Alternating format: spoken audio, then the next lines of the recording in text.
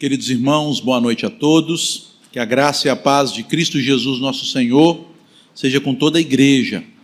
Meus irmãos queridos, nós temos exposto aqui na igreja, reverendo Fábio tem feito a exposição de um dos profetas menores, pós-exílicos, profeta Zacarias, e eu tenho feito a exposição do Evangelho. E eu os convido, queridos irmãos, a abrirem a palavra de Deus no primeiro Evangelho, o Evangelho do Senhor Jesus, segundo a narrativa do apóstolo Mateus, também chamado de Levi, o publicano. E ali, no primeiro Evangelho, nós vamos dar continuidade na exposição do capítulo 3. E hoje nós pegaremos uma seção menor, no entanto, que traz grandes dificuldades para o pregador, porque são versículos polêmicos, difíceis, mas que devem ser estudados, devem ser compreendidos e, acima de tudo, devem ser aplicados à nossa vida, porque tudo que foi escrito, conforme diz o apóstolo Paulo aos Romanos, foi escrito para o nosso proveito e edificação. Então nós leremos, peço aos irmãos que acompanhem estes versículos, Mateus capítulo 3, versículos 11 e 12. E a palavra de Deus nos diz o seguinte: declaração de João Batista: eu vos batizo com água para arrependimento, mas aquele que vem depois de mim é mais poderoso do que eu, cujas sandálias não sou digno de levar. Ele vos batizará com o Espírito Santo e com fogo.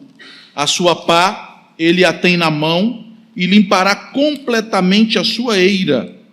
Recolherá o seu trigo no celeiro, mas queimará a palha em fogo inextinguível. Meus queridos irmãos, antes de voltarmos nossa atenção para o texto que acabou de ser lido, eu gostaria de introduzir a pregação desta noite, remetendo os irmãos a um momento histórico muito importante na história do cristianismo.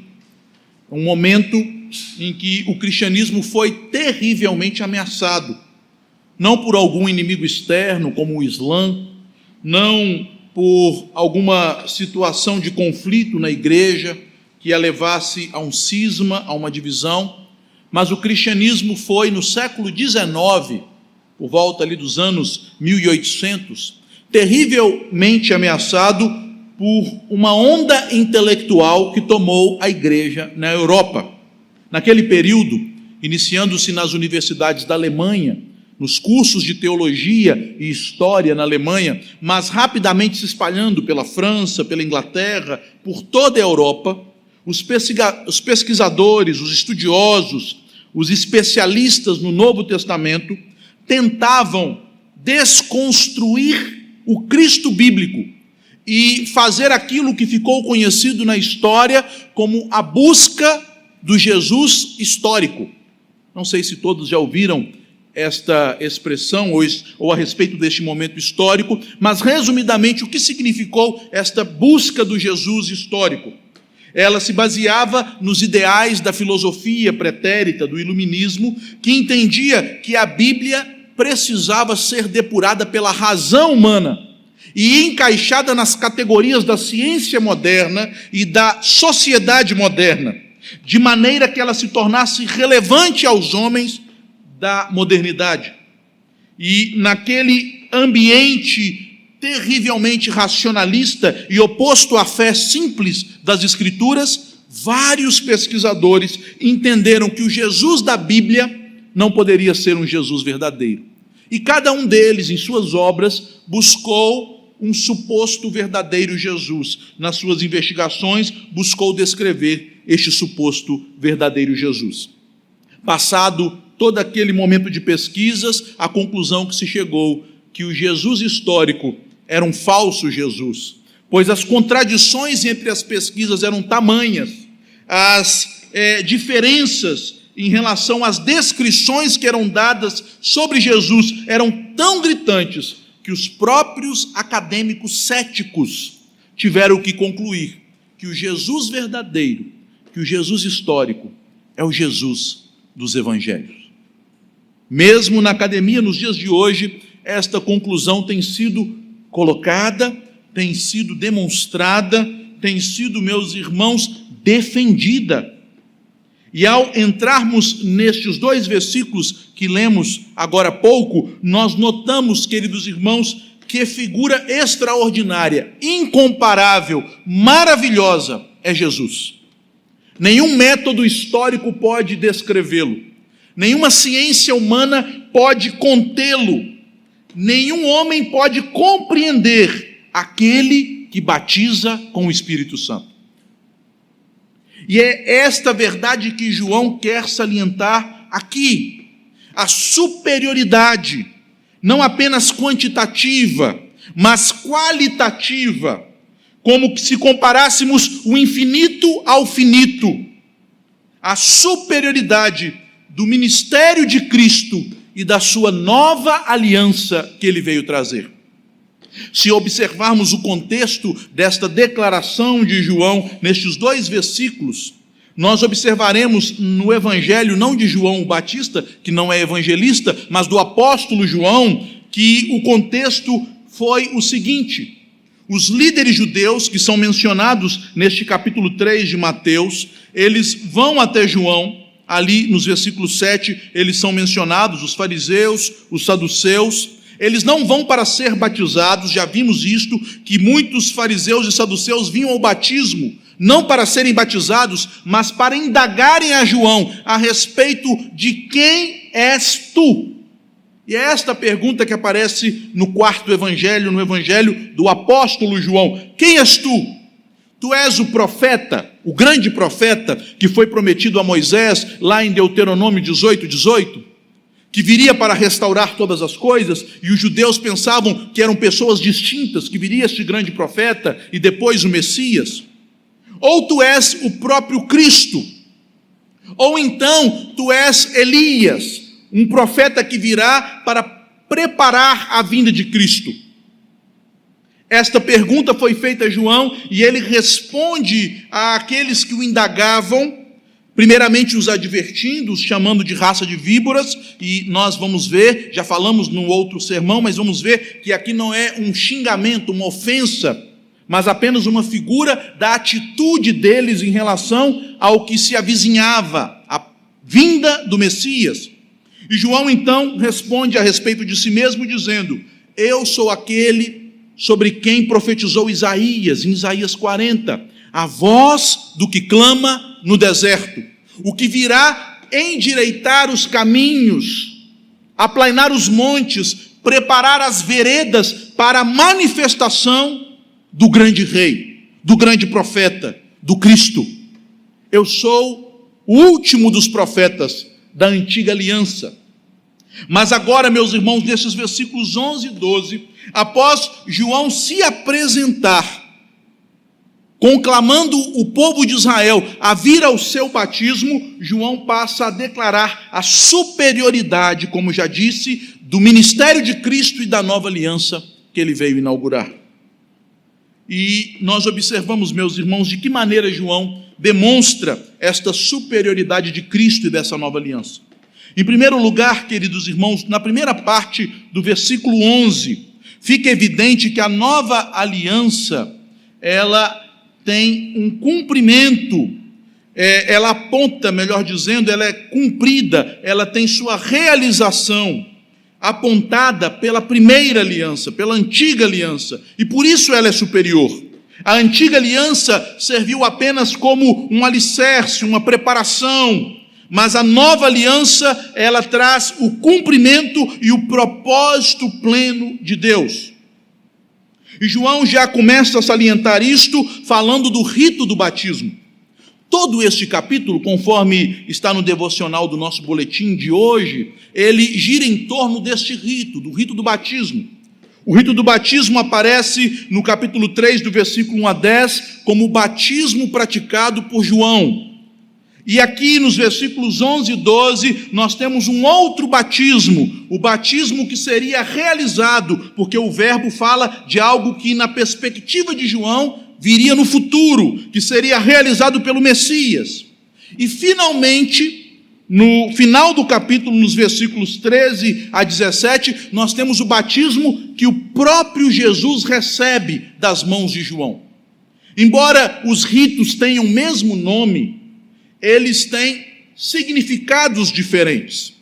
O grande teólogo de linhagem reformada da Igreja Anglicana, John Stott, no seu livro maravilhoso sobre o batismo com o Espírito Santo e a plenitude do Espírito, ele declara que o batismo sempre é caracterizado por 4 aspectos: quem batiza, aquele que é batizado, no que alguém é batizado e para que o batismo é realizado.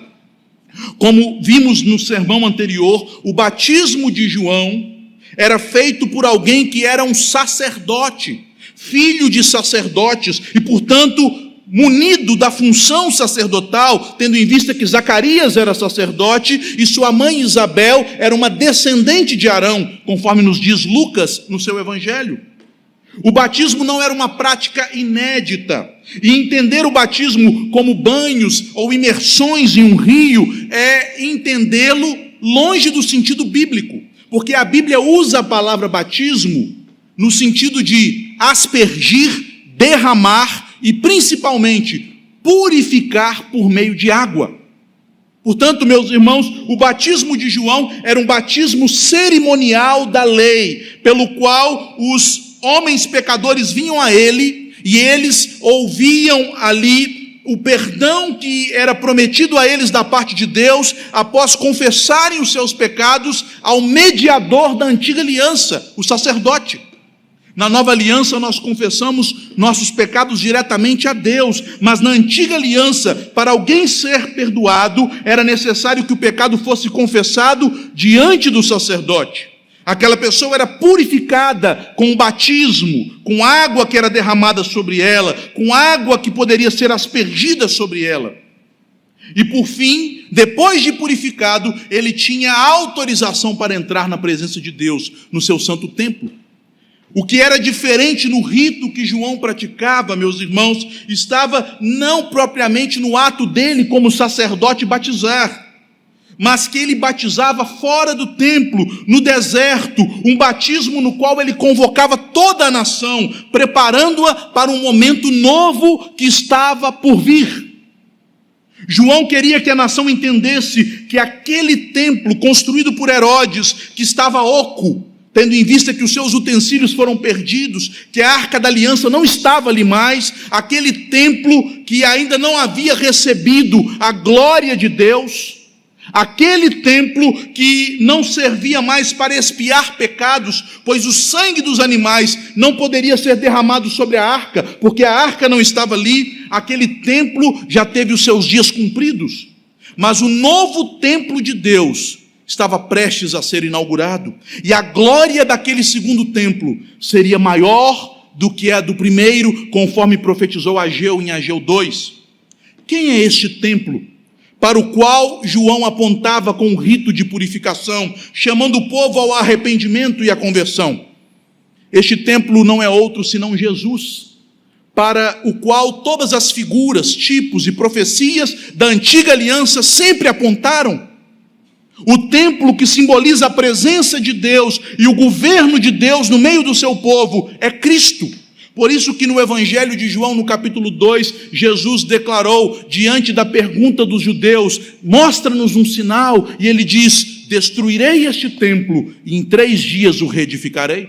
É por esta razão que no mesmo Evangelho de João nos é declarado que o verbo se fez carne e habitou. E a palavra no original significa fez sua tenda, fez seu tabernáculo entre nós. Ele é a morada de Deus entre os homens. Ele é o tabernáculo não feito por mãos humanas. Ele é a habitação de Deus em meio ao seu povo. E João, então, fazendo o rito da antiga aliança, preparava o povo para uma nova aliança.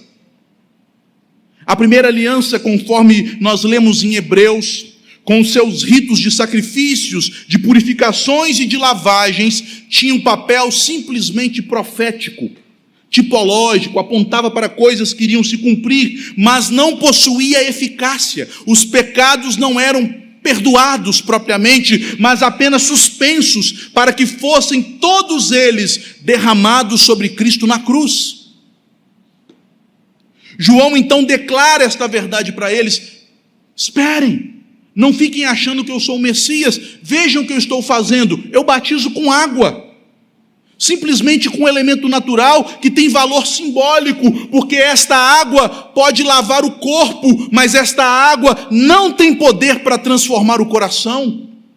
O meu batismo é parte de toda uma lei cerimonial que aponta para realidades, mas que não deixam de ser símbolos, que destituídos da eficácia do poder de Deus, nada podem fazer em favor dos homens. Eu batizo com água. João, ao dizer isto, meus irmãos, ele, conforme vemos no restante do versículo, está declarando a insignificância dos ritos da antiga aliança em comparação com aquilo que Cristo é e com aquilo que Cristo fez. Todo batismo tem quem batiza, João, aqueles que são batizados, o povo da antiga aliança que agora aguarda o Messias, o elemento do batismo em água, com água, e o propósito. E eu batizo somente para arrependimento, porque estes batismos estavam ligados à lei. E o apóstolo Paulo nos declara em Romanos 7,7 que a lei foi dada não para purificar o homem, mas para conduzir o homem à consciência do seu próprio pecado. Porque sem lei, o homem não sabe que está em pecado. Se a lei não dissesse, não cobiçarás, eu não teria condições de fazer um exame do meu próprio coração e perceber que a cobiça está lá. É por isso que a antiga aliança conduzia os homens ao arrependimento, a palavra que significa uma conversão, uma compreensão da própria culpa, dos pecados que estão sobre o povo de Deus do Antigo Testamento. Eles tinham que se arrepender. Nós também devemos nos arrepender, mas lá eles possuíam apenas a promessa, simbolizada pela água. Nós já temos a realidade que nos foi dada pelo sangue de Cristo e pelo lavar do Espírito. O propósito da antiga aliança simplesmente, conforme Paulo declara aos Gálatas e aos Romanos, era apontar o pecado, e uma vez apontando o pecado, há um propósito evangélico, pois a lei, diz lá o apóstolo escrevendo aos Gálatas, serviu-nos de aio. E a palavra no original é paidagogos, pedagogo, o guia de crianças. Aqueles que estavam na lei estavam ainda na infância da fé, e eles foram guiados pela lei, ao perceberem que tinham pecados, que eles não poderiam ser purificados pela sua própria obediência, e naqueles ritos, ao observarem os sacrifícios, os cordeiros que eram entregues diariamente para serem mortos, os olhos da fé poderiam vislumbrar a cruz, onde o Cordeiro de Deus tirou o pecado do mundo. É por isso, meus irmãos, que a nova aliança em Cristo é superior à antiga. A antiga aliança é apenas preparatória, provisória, e ela aponta para o cumprimento e para o propósito desta nova grande aliança. Mas continuando a segunda parte do versículo 11, que já começa com esta conjunção adversativa, mas demonstrando um contraste entre João e o rito que ele praticava, e Jesus, o Messias, e o rito que ele veio para praticar, tão logo ele completasse sua obra na cruz. Há, portanto, um contraste grande, em que um é inferiorizado diante da glória e da grandeza do outro. Não que João fosse alguém desprezível, pelo contrário, o próprio Cristo o honrou. Ele foi o maior dos profetas. No entanto, diante de Cristo, até o maior dos homens, até o mais piedoso e a mais piedosa, são pequenos. E João reconhecia esta realidade. Ele diz: aquele que vem depois de mim é mais poderoso do que eu. Este contraste entre os ofícios da antiga aliança e da nova aliança nos mostram que na nova aliança em Cristo há poder de Deus para cumprir as promessas, o que não havia na antiga aliança.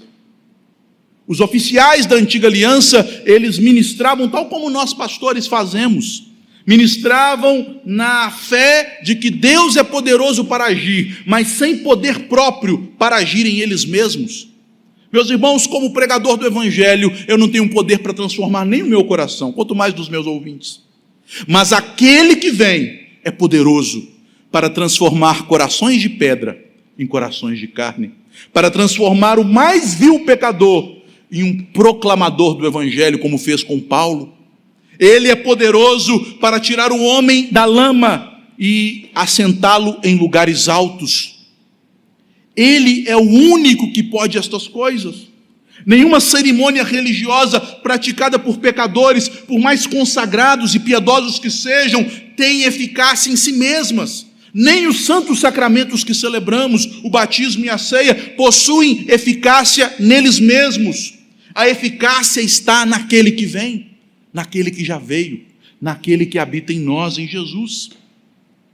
Os ofícios da nova aliança, eles ministram verdades e não apenas símbolos e ritos didáticos. Percebam que agora a água, que era um símbolo da purificação que Deus dá ao seu povo e que seria dada a eles na cruz de Cristo, ela é substituída pelo Espírito. E isto é algo que poucos entendem, porque não é o Espírito Santo que batiza. Quem batiza é Jesus, é aquele que vem que batiza. O batismo não pertence ao Espírito, porque o Espírito procede de Cristo, e ele, conforme nós observamos nos sermões pregados ao final do Evangelho de João, no contexto da última ceia, em João dos capítulos 13 a 16, ele disse: eu vos enviarei o Consolador. É ele que envia. É interessante que ao usar o verbo vir, num modo que é chamado na língua grega de voz média, indica que aquele que vem, ele veio por si mesmo. É uma voz no verbal que indica uma ação que a pessoa faz por si mesma ou para si mesma. É a ideia de que ele vem pelo seu próprio poder para realizar uma obra para si. Um grande contraste com a antiga aliança, onde os ministros eram chamados por Deus para realizar uma obra para Deus. E o autor da Epístola aos Hebreus, falando a respeito de Moisés e mostrando a superioridade de Cristo em relação a Moisés, declara: Moisés sim, foi fiel em toda a casa de Deus, mas Cristo, ele não foi fiel em toda a casa de Deus. Cristo é o dono da casa, Cristo é o Senhor. Ele veio por si e ele veio para realizar uma obra para si. Obviamente que o Pai também o enviou, porque em Gálatas 4:4 nos diz: na plenitude dos tempos, Deus enviou o seu Filho, nascido de mulher, nascido de baixo, sob a lei, mas ele veio espontaneamente. Ninguém o forçou, nem mesmo sua vida foi tomada dele, porque ele declara: a minha vida ninguém a tira de mim, eu mesmo a dou, e eu haverei de tornar a reavê-la. Ele é o Deus soberano. É por isto que, diferentemente de qualquer sacerdócio, qualquer instituição profética ou real, humana, este Messias da nova aliança, ele é mais poderoso do que eu. E novamente João refere-se à profecia de Isaías 40, agora nos versículos 10 e 11. Porque em Isaías 40 é dito que Deus enviaria a voz do que clama no deserto, que prepararia o caminho de Jesus. Mas também em Isaías 40, nos versos 10 e 11, é declarado que quando o Messias se manifestasse, ele seria o próprio Deus poderoso que salvaria o seu povo. Por que a nova aliança é tão superior? Porque o mediador desta aliança, embora seja homem como nós, semelhante em tudo a nós, menos no pecado, ele também é o poderoso Deus, que pode salvar pecadores, que pode transformar vidas, que pode tirar o coração de pedra e dar-nos um coração quebrantado, que pode transformar um mentiroso em alguém que tem a boca cheia de louvor e ações de graças ao Senhor, um impuro em alguém santo em todos os seus caminhos, um roubador em alguém que auxilia aos irmãos com boas obras, uma pessoa dura e odiosa em alguém amável e cheio de graça. Ele é o poderoso Deus que veio. o poderoso Deus da aliança. Ele mesmo se fez homem para realizar a salvação. A antiga aliança é então descrita por João como uma serva indigna. Ele diz: eu não sou digno nem de levar as sandálias dele. O que João quer dizer com isso? Nós sabemos que na antiga aliança Deus se serviu de homens que foram homens que infelizmente tiveram uma vida marcada por rebeldia, por desobediência, como muitos reis, como Manassés, como Saul, como profetas rebeldes, como Jonas. Há também na antiga aliança sacerdotes infiéis. Podemos citar o exemplo de Arão, que fez o bezerro de ouro, os seus filhos Nadab e Abiú, que trouxeram fogo estranho para a presença de Deus diante do altar. No entanto, se formos lembrar dos homens e das mulheres de Deus da antiga aliança, há ali oficiais fiéis e mulheres santas, servas do Senhor. Podemos citar Elias, Débora, podemos citar alguns dos patriarcas, como José, Isaque, Abraão. Podemos falar de Daniel, de Jó, de tantos homens de Deus que culminarão na pessoa do próprio João Batista. Mas este que é chamado o maior da antiga aliança, o maior daqueles que nasceram de mulher, o maior dos profetas pelo testemunho do próprio Cristo, ele diz: eu sou indigno. Ele é indigno. Porque, meus irmãos, comparando o melhor de nós a Cristo, o pecado que está em nós, o pecado que herdamos de nossos primeiros pais, o pecado que contamina nossa mente, nossas falas, nossos pensamentos, nossas ações, intenções e omissões, ficam destacados diante da sublimidade da santidade de Cristo, diante da sua glória, diante do seu alvo e translúcido traje glorioso e real. As manchas dos nossos pecados ficam destacados. E João sabia disso. Ele diz então uma linguagem metafórica e linguagem simbólica. Metafórica, uma expressão que servia para designar o escravo. Era o escravo que, quando o Senhor chegava em casa, depois de uma jornada por estradas poeirentas, o escravo então se ajoelhava diante do seu Senhor, tirava as suas sandálias, lavava os seus pés cheios daquela poeira vermelha, enxugava e ia lá limpar e guardar as sandálias. E João diz: eu não sou digno diante de Cristo, nem de ser o seu servo, nem de ser o seu escravo que limpa os seus pés. A antiga aliança, meus irmãos, estava, conforme esta palavra simbólica, metafórica de João, estava marcada pelo pecado.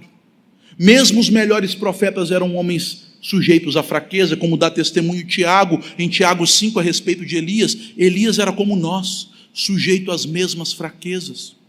Mesmo os grandes homens de Deus, como Davi, como Samuel, como Jó, eram pecadores, que não eram dignos de tirar as sandálias de Jesus e serem seus servos. Mas a antiga aliança já apontava para a obra da graça. Não é pelo nosso próprio, pelas nossas próprias obras, pela nossa própria capacidade, é porque aquele Deus poderoso, aquele que veio, Ele nos alcançou, Ele nos perdoou, Ele nos amou. É interessante que em um dos estudos bíblicos, apenas fazendo uma breve aplicação, algumas pessoas me perguntaram: pastor, se na semana da ceia eu tiver cometido alguns pecados, tiver alguma animosidade com alguém, eu devo me privar da ceia? Eu disse: não. Mas não seria tomar a ceia indignamente? E eu perguntei: quem é digno de tirar as sandálias? Quem é digno de aproximar-se dessa mesa? Quem é digno de comer do corpo do Salvador e beber do sangue daquele que se derramou por nós? Só é digno aqueles que, como João Batista, reconhecem que são indignos, que são pecadores, que são servos alcançados pela graça, que colocam diante do Senhor os seus pecados e, de fato, dizem: somente aquele que veio como Deus poderoso pode perdoar pecados, pode salvar pecadores indignos. Mas, finalmente, queridos irmãos, o terceiro e o mais longo dos pontos: nesta nova aliança em Cristo, os propósitos de Deus de salvação, de redenção, são realizados, são cabalmente cumpridos. E nós observamos isso no final do versículo 11 e no versículo 12. Diz assim: este que vem, que diante dele eu, o grande profeta João Batista, sou indigno, ele vos batizará com o Espírito Santo e com fogo. Então nós temos aqui um novo batismo. O batismo da antiga aliança, ele era realizado pelos sacerdotes, ele era feito com água, de maneira simbólica, ele era dado ao povo da antiga aliança e ele apontava para a função da lei, que era mostrar que o povo estava em pecado e que eles necessitavam de Cristo. Mas na nova aliança, nós não temos mais um batismo simbólico, porque o próprio Deus que se fez homem, ele batiza o seu povo, não com água, que é apenas um símbolo de uma pureza espiritual, mas ele batiza com o próprio Espírito Santo. O Espírito Santo, portanto, não é aquele que batiza, mas é aquele no qual somos batizados.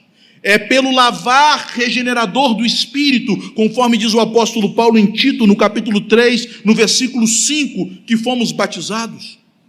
Este batismo não é simbólico, este batismo é real, espiritual, verdadeiro e eficaz para perdoar os nossos pecados, para nos santificar e para nos reconciliar com Deus, dando-nos plena comunhão com o Santo de Israel, com o nosso Deus. Mas o que vem a ser esse batismo com o Espírito Santo ou no Espírito Santo, já que a preposição na língua grega pode ser traduzida tanto como no como com?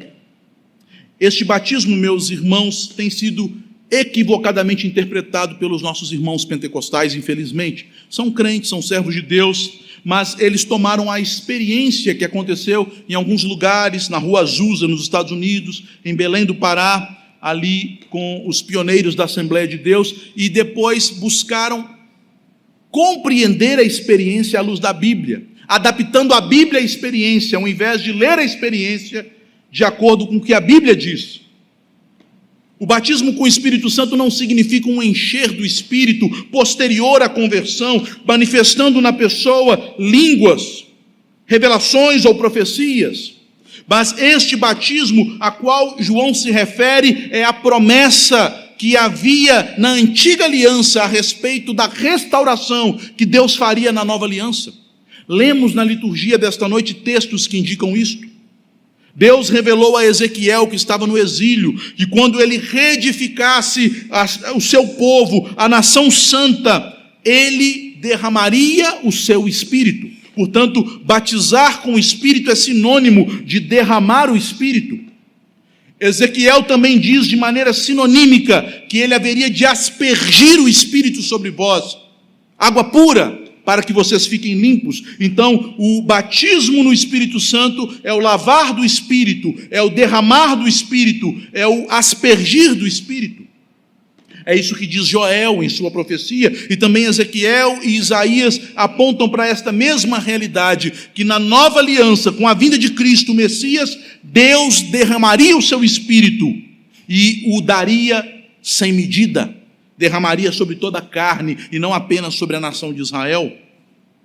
Pedro, meus irmãos, após a experiência de Pentecostes, fazendo o seu discurso diante daquela multidão em Jerusalém, quando foi indagado sobre o que significavam aqueles fenômenos, ele disse: vocês devem se arrepender dos seus pecados, serem batizados em nome de Jesus e receber o dom do Espírito Santo, que é também uma forma sinônima de falar do batismo com o Espírito Santo. E é interessante que o grupo maior, os 3.000 convertidos, recebem o dom do Espírito Santo, simbolizado pelo batismo em nome de Cristo, sem manifestarem nenhum dom extraordinário ou sobrenatural. É por esta razão que o apóstolo Paulo, em 1 Coríntios, no capítulo 12, versículo 13, que é um dos 7 textos da Bíblia que falam sobre o batismo no Espírito Santo, declara o que significa esse batismo. Qual o sentido deste batismo? E o texto que nos diz isto é 1 Coríntios 12, 13, quando Paulo diz que pelo Espírito Santo todos nós que cremos em Jesus, porque no versículo 3 deste mesmo capítulo ele declarou, em 1 Coríntios 12, 3, que todo aquele que diz que Jesus é Senhor, obviamente que crendo de coração, este tem o Espírito de Cristo. E todo aquele que diz anátema, maldito Jesus, este não tem o Espírito de Cristo. E agora no capítulo 12, verso 13, ele declara, porque todos nós, quer judeus, quer gentios, quer gregos, fomos batizados em um só Espírito e unidos a um só corpo. No seu brilhante livro em que John Stott explica a diferença do batismo com o Espírito e a plenitude do Espírito, John Stott declara que este batismo, que é sinônimo do lavar do Espírito, do derramar do Espírito, do aspergir do Espírito, do dom do Espírito, é o ato inicial de sermos ligados a Cristo em união e comunhão, para sermos habitados pela presença do próprio Deus, conforme está em Efésios 1, 22, que Deus habitará em meio ao seu povo e no seu povo pelo seu Espírito. Por isso, meus irmãos, se você crê em Jesus de todo o seu coração, você foi batizado com o Espírito Santo. Você tem o Espírito Santo de Deus. Você foi selado por este também que é chamado de Espírito da promessa, em Efésios 1,14. Os dons não são evidências do batismo com o Espírito Santo, mas os dons são evidências extraordinárias da inauguração da igreja, conforme vemos em Atos, que os sinais eram feitos pelos apóstolos e acompanhavam os apóstolos. Paulo diz isso em 2 Coríntios 12, 12, e estes sinais, eles são credenciais do meu apostolado, milagres, maravilhas, dons extraordinários. Os dons extraordinários, meus irmãos, não são evidência propriamente de alguém ter o Espírito Santo, porque Judas realizou milagres, dons extraordinários, e os 70 que foram comissionados por Jesus também o fizeram, e quando eles voltaram alegres, dizendo: Senhor, em teu nome os demônios se nos submetem, Jesus respondeu a eles o que mesmo? Não se alegrem pelo fato dos demônios se submeterem a vocês, se alegrem pelo fato de o nome de vocês estar arrolado no livro da vida. Porque no último dia, meus irmãos, muitos virão dizendo: nós temos dons extraordinários, em teu nome profetizamos, em teu nome expelimos demônios, em teu nome fizemos milagres, e Jesus então dirá a eles: não vos conheço, apartai de mim todo aquele que pratica iniquidade. Porque o selo do Espírito Santo, ao nos unir com Cristo, e ao nos fazer um com Ele, Ele é também um batismo de fogo. Um batismo de fogo. E aqui entramos no ponto difícil, ou mais difícil da interpretação. Porque a grande parte dos teólogos bíblicos e sistemáticos entendem que o batismo com o Espírito Santo e o batismo de fogo são um e o mesmo batismo, porque na medida em que recebemos o Espírito Santo, ele age em nós como um fogo que consome o pecado e nos purifica. Assim pensam Calvino, Hendrickson, Carson e Matthew Henry. No entanto, meus irmãos, eu entendo que aqui nós temos uma figura de linguagem chamada elipse, em que João está dizendo o seguinte: ele batizará com o Espírito Santo e ele batizará um outro batismo, um batismo com fogo. E por que eu entendo isto? Porque o uso da palavra fogo, tanto no versículo 10 do contexto anterior, quanto no versículo 12, logo em seguida, diz respeito não a um fogo purificador, mas a um fogo consumidor que haverá de cair sobre os pecadores. Não um fogo de uma forma simbólica, propriamente um fogo como uma ação de Deus santificadora na vida dos crentes, mas um fogo terrível que não se extingue e destruirá aqueles que viveram de maneira distante de Deus em seus próprios pecados, fazendo-os serem eternamente consumidos, sem contudo deixarem de existir, em sofrimentos de chamas eternas. E eu gostaria de me explicar, porque o próprio Cristo em Lucas, no capítulo 12, versículo 49 e 50, fala do batismo com fogo neste sentido. Ele diz que ele estava ansioso por lançar fogo na terra, lá em Lucas 12, 49. E ao referir-se desse fogo que ele traria sobre a terra, em seguida ele fala do seu batismo. E ele fala: vocês porventura podem beber do batismo que eu beberei, do batismo que eu tenho para receber, do cálice da ira de Deus que eu beberei? Referindo-se, portanto, ao batismo de fogo como a ira de Deus que é derramada sobre Cristo, que a assumiu em nosso lugar, que sorveu a ira do Pai, que competia a nós, que temos o Espírito Santo, que sofreu de maneira intensa e de maneira angustiante as agruras do inferno naquelas 3 horas da cruz. Este mesmo fogo que Cristo chamou de o fogo que viria sobre a terra, o batismo que cairia sobre ele, este mesmo fogo haverá de recair sobre os pecadores que não foram selados pelo Espírito Santo de Deus. E é isto que Jesus ilustra na pequena parábola que aparece no versículo 12. Ele, o que batiza com o Espírito e que também batizará com fogo, ele que é tanto o salvador dos que creem em seu nome, quanto o juiz daqueles que haverão de se distanciar da sua glória, ele tem uma pá, um forcado, que é o nome mais próprio dessa ferramenta, que não é esta pá que usamos em construção civil, mas é uma espécie de pá com a qual a pessoa pegava o cereal naquele lugar amplo na eira e o lançava para cima para que o cereal do trigo fosse sendo separado da palha, e à medida em que o cereal era lançado, o vento levava a palha e o trigo mais pesado e denso permanecia na pá, até que o agricultor pudesse separar a palha do trigo, para que o batismo de fogo fosse dado sobre a palha. João Calvino declara que este forcado, que esta pá, simboliza a pregação do Evangelho. O Evangelho está separando a palha do trigo. Aqueles que têm o Espírito Santo e que creem no Evangelho, aqueles que entendem que Cristo é o Senhor, não serão batizados com fogo, porque o fogo da glória de Deus, da sua ira, daquele que é fogo consumidor, aquele fogo que destruiu os incensários dos falsos adoradores que seguiram a rebelião de Corá, aquele fogo que consumiu a carne dos filhos infiéis de Arão, mantendo as roupas sagradas intactas, este fogo será derramado sobre aqueles que negam o Evangelho. É este fogo, meus irmãos.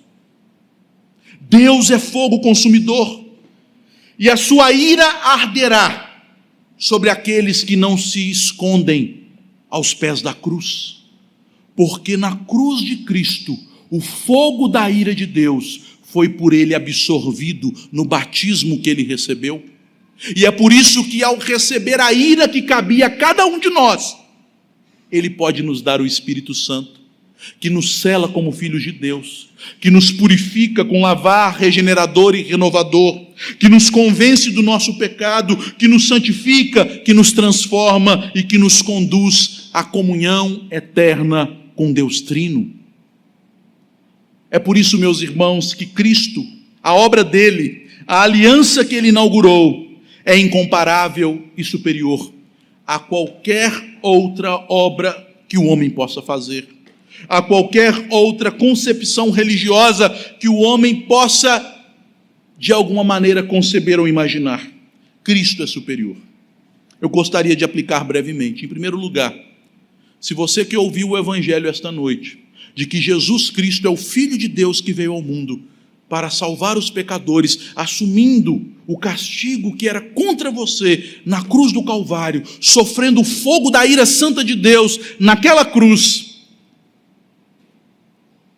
você só tem uma opção para se livrar deste fogo: crer nele, servir a ele, pedir a ele que os dons do seu Santo Espírito te sejam dados, para que, uma vez selados, você seja livre da ira vindoura. Quanto a nós, meus irmãos, que somos crentes, percebam que no versículo 10, no contexto anterior, Jesus estava, ou melhor dizendo, João Batista estava trazendo essas palavras para um contexto muito específico. E qual era? Religiosos judeus que vinham até ele com um olhar investigativo, querendo saber o que ele fazia, querendo perguntar qual era o seu ministério. E João então diz: raça de víboras, E como eu disse no início, se você tem prestado atenção até aqui, te agradeço por esta atenção, mas você vai se lembrar que eu disse que esclareceria que raça de víboras não é um xingamento. João estava fazendo referência a uma experiência comum no deserto, quando o sol escaldante levava alguns arbustos secos a uma combustão espontânea e o fogo se espalhava pelos arbustos, as víboras desesperadas vinham sinuosas pelo deserto procurando algum rio, algum pequeno poço d'água para poderem se safar. João Batista estava dizendo para aquela geração: vocês estão querendo se safar da ira de Deus, buscando justificar-se no seu passado, na piedade dos seus pais, dizendo que são filhos de Abraão. Meus irmãos, eu tive o privilégio de ter uma avó extremamente piedosa. Ela está no céu, mas eu não vou ser salvo pelos méritos da minha avó. Talvez você tenha uma família piedosa, talvez você lembre da piedade dos seus antepassados, mas isto não te servirá de nada se você não tiver Jesus na sua vida, se você não tiver o selo do Espírito Santo na sua vida, se você não tiver o poder transformador do Espírito Santo enchendo a sua vida. Não seja como os fariseus e saduceus, que como raça de víboras, temendo o fogo eterno, agarravam-se às tradições dos seus pais, achando que aquelas coisas poderiam salvá-los. Não haverão de salvar ninguém. O rol da primeira igreja presbiteriana de Montes Claros não é o livro da vida do Cordeiro. Somente aqueles que creem em Jesus, somente aqueles que servem a Jesus, somente aqueles que amam ao Senhor Jesus e que, portanto, têm o Espírito de Jesus, que foram unidos a Ele como seu corpo, que têm sido preparados como a sua noiva, somente estes serão, de fato, libertados da ira vindoura e do fogo eterno. Talvez, querido irmão, querida irmã, ouvinte, você esteja razoando: será que estas coisas existem? Meus irmãos, elas existem, porque Deus nos diz assim em sua palavra, porque Deus assim testifica. E eu te dou um conselho sábio: não espere para ver, abrace a Jesus, busque a Jesus, clame pelo Espírito dele, porque o Evangelho, que é esta pá na mão de Cristo, tem sido pregado esta noite, e você estará do lado do trigo ou do lado da palha que o vento dispersa. Espero que todos nós aqui sejamos o bendito trigo do Senhor, que na sua vinda Ele haverá de recolher no celeiro, no céu, nas moradas eternas. Que Deus te abençoe. Fiquemos de pé.